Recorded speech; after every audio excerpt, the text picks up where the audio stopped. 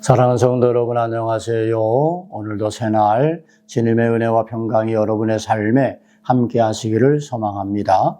오늘 우리가 함께 나눌 말씀은 고린도전서 2장 12절에 있는 말씀입니다. 제가 한번 읽고 또 여러분 같이 읽겠습니다.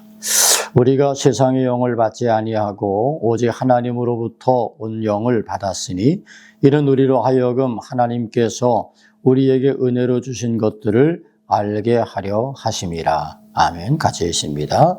우리가 세상의 영을 받지 아니하고 오직 하나님으로부터 온 영을 받았으니 이는 우리로 하여금 하나님께서 우리에게 은혜로 주신 것들을 알게 하려 하심이라. 아멘. 여러분, 우리가 믿음의 삶을 살아가는 동안에 어떻게 하나님의 일을 알 수 있고 어떻게 하나님의 일을 깨달을 수 있겠습니까? 세상의 영을 받으면 세상의 일에 대해서 알고 깨달을 수 있지만 세상의 영으로만 가지고는 하나님의 일을 알 수도 깨달을 수도 없지요.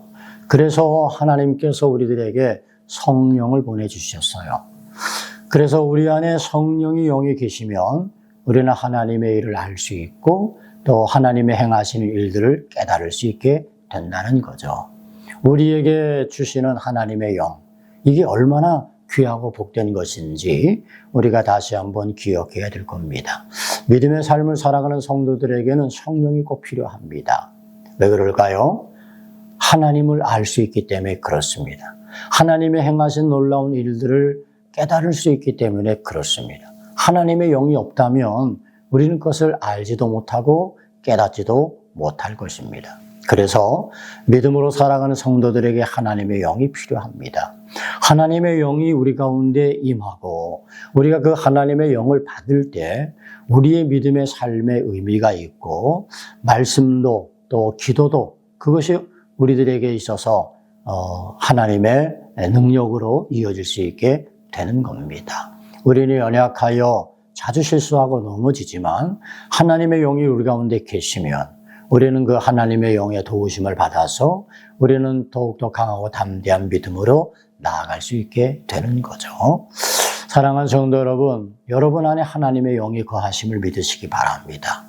그리고 하나님이 여러분에게 허락하시는 그 영을 따라서 여러분들이 하나님의 거룩한 일들을 알게 되고 또 깨닫게 되고 그래서 그것에 동참하게 되고 또 그런 삶을 힘써 살아갈 수 있게 되시기를 소망합니다. 우리는 양자의 영, 그리스도의 영을 받았습니다.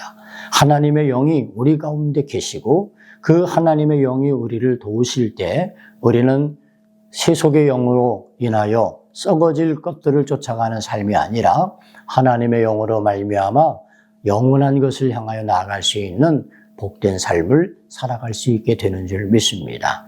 하나님의 영이 여러분 가운데 계셔서 언제나 하나님의 일을 깨닫고 알고 그리고 그 하나님의 일에 동참함으로 하나님의 기쁨이 되어드리는 삶을 살아가는 우리 모든 성도 여러분들이 다 되기를 주님의 이름으로 축복합니다. 기도하겠습니다.